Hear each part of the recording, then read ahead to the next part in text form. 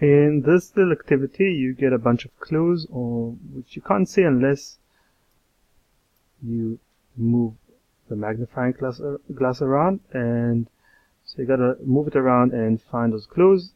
And when you see all of them, then you can reveal the person behind the click and reveal box.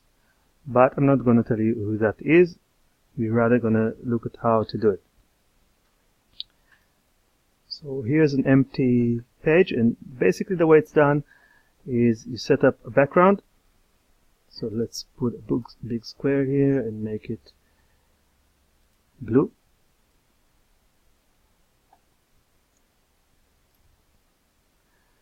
And then you type your text. And let's say is in the ocean.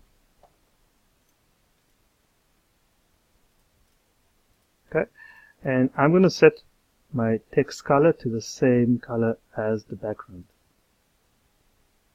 So the same blue. Therefore it disappears. I'm going to go to the previous slide and I'm going to copy the magnifying glass from here. And this is a PNG image file, which means that it has no surrounding. The around it is see-through. But I made sure that the magnifying glass area is white. So I've copied it and I'm going to paste it here. There we go. Now nothing happens because what's happening is basically that we've got the background, then the text on it, and then the magnifying glass.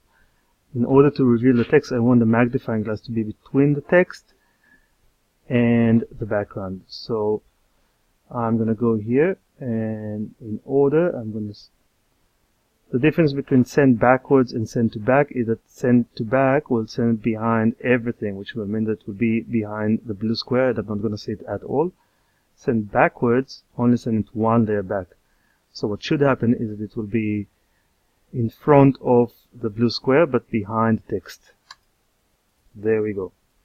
And now when I move it, it kind of reveals text. Of course, you can also see it against the black. That's why it's better to work with a black and black background. Once you got that working, you can add another piece of text somewhere.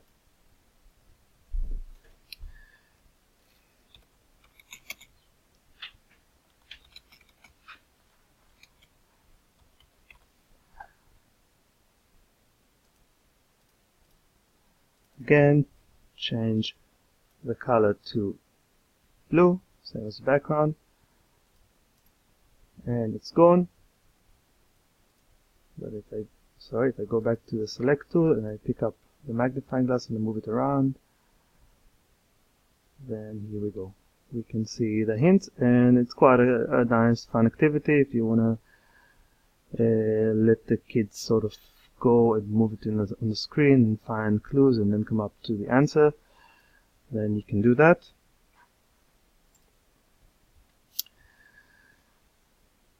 So who is this person that wanted to be a baseball player, a journalist, and an astronaut?